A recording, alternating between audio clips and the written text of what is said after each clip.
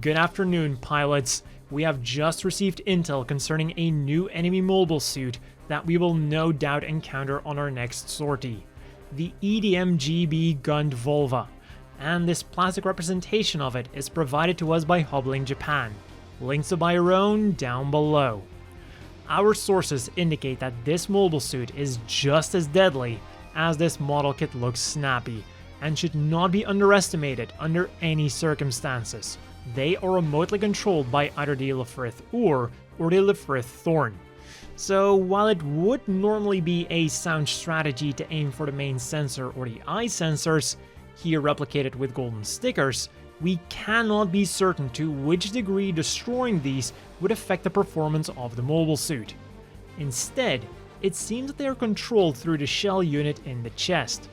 Supposedly, the chest and the head jewel will start glowing red when it reaches a certain performance, a feature that is here shown with foil stickers.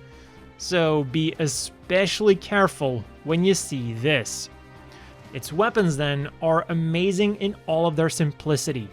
For ranged combat, it uses a beam carbine that still packs a heavy punch despite its small size. It has a simple box-style sensor, here replicated with a foil sticker, can be stored on the calves when not in use, and has a removable battery magazine.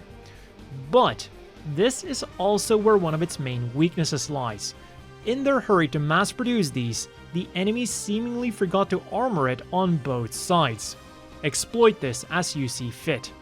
Another thing to keep in mind then is the shield, because not only does this serve a defensive purpose, but it also houses the rest of the Gundvölva's weapons. 2 beam sabers that generate a high output blue beam saber, and 2 spare battery magazines. Although on the figure here, these 2 are molded together. Additionally, the connector of the shield is on a track, so we cannot rule out the possibility that this shield can even be used as an improvised pile bunker. All of this means that taking out just the shield will significantly reduce the combat capabilities of these machines. And talking about combat capabilities, remember that these are drones without a pilot, meaning that they can pull off moves that would be extremely difficult or even impossible for regular humans. And believe me when I tell you that these machines are plenty flexible enough to completely outmaneuver you in one-on-one combat. You might think that that bulky skirt armor gets in the way of the leg movement, but think again.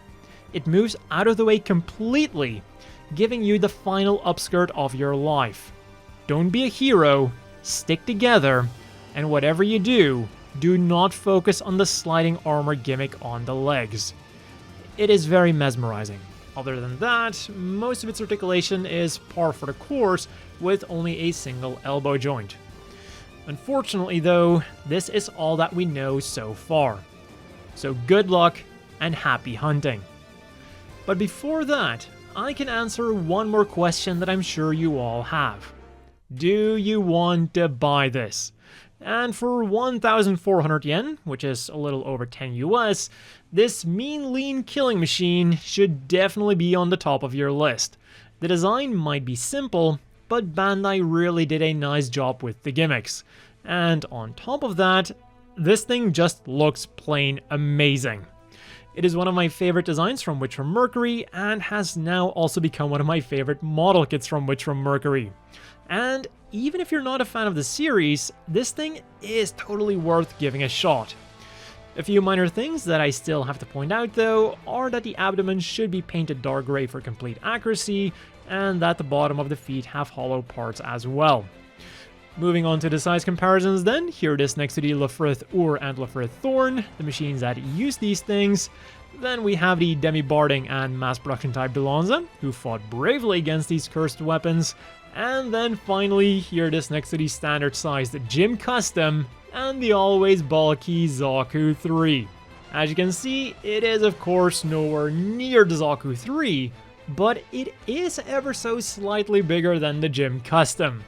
And again, you can get it over at Hublin Japan with the link down below. As always, a big thank you to the Patreon supporters, and let me know if you'd like more of these mission briefing style reviews in the future. I hope everyone watching has a great day, and I'll see you all next time.